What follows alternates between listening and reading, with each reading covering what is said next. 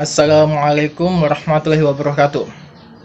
Saya Zulfikar Ramadan Syah, NPM 1740501030. Di sini saya akan menjelaskan sedikit tentang mediasi.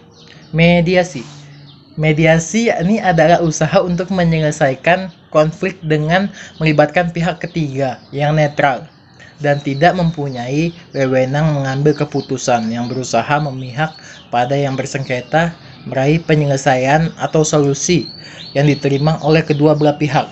Dan kemudian, jikalau menurut perundang-undangan, yakni bisa ditemukan di Peraturan Mahkamah Agung Nomor 1 Tahun 2016, yaitu di bab 1, pasal 1 dan poin 1. Di situ dijelaskan mediasi adalah cara penyelesaian sengketa melalui proses perundingan untuk memperoleh kesepakatan para pihak dengan dibantu oleh mediator.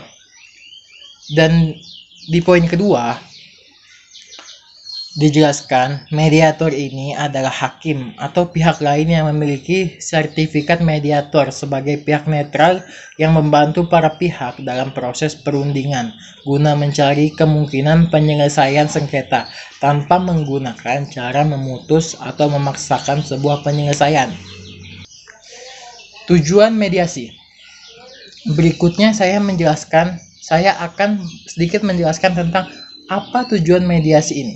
Tujuan dilakukannya mediasi adalah menyelesaikan sengketa antara para pihak dengan melibatkan pihak ketiga yang netral dan imparsial. Mediator tidak memiliki kewenangan dalam mengambil keputusan, tetapi ia hanya membantu para pihak dalam menjaga proses mediasi guna mewujudkan kesepakatan damai mereka. Jenis-jenis mediasi. Pada umumnya, terdapat dua jenis mediasi, yakni dalam sistem peradilan dan mediasi di luar pengadilan. Yang pertama, mediasi dalam sistem peradilan. Pasal 130 HR menerangkan bahwa mediasi dalam sistem peradilan akan menghasilkan produk dalam bentuk akta persetujuan damai atau akta perdamaian secara tertulis. Dalam Perma nomor 1 tahun 2008 dijelaskan bahwa apabila mediasi berujung hasil yang sepakat, para pihak dengan bantuan mediator wajib merumuskan secara tertulis kesepakatan yang dicarai dan ditandatangani oleh masing-masing pihak. Kesepakatan tersebut bersifat wajib dibuat klausul pencabutan perkara atau yang menyatakan perkara sudah selesai. Pasal 17 ayat 1 dan 6. Dan kemudian mediasi di luar pengadilan. Mediasi ini yaitu bagian dari adat istiadat ataupun budaya daerah tertentu dengan penyebutan dan tata cara pelaksanaan yang berbeda dengan ketentuan budaya dan perilaku masyarakat sampai saat ini cenderung memilih seperti itu. Kemudian tahapan mediasi. Terdapat beberapa tahapan mediasi yang perlu Anda ketahui. Namun untuk tahap mediasi kali ini adalah tahap yang terjadi pada sistem pengadilan atau hukum resmi. Yang pertama, tahap pramediasi. Melakukan perencanaan dan pertemuan pertama antar kedua belah pihak dengan hakim. Mewajibkan kedua belah pihak untuk melakukan mediasi, mengkoordinasi dan mencari berbagai informasi terkait pada kedua belah pihak. Yang kedua, tahap pelaksanaan mediasi. Kumpulan berbagai dokumen dari kedua belah pihak yang bertikai serta surat-surat penting yang di sekitarnya akan berguna dalam proses mediasi. Yang ketiga, tahap hasil mediasi.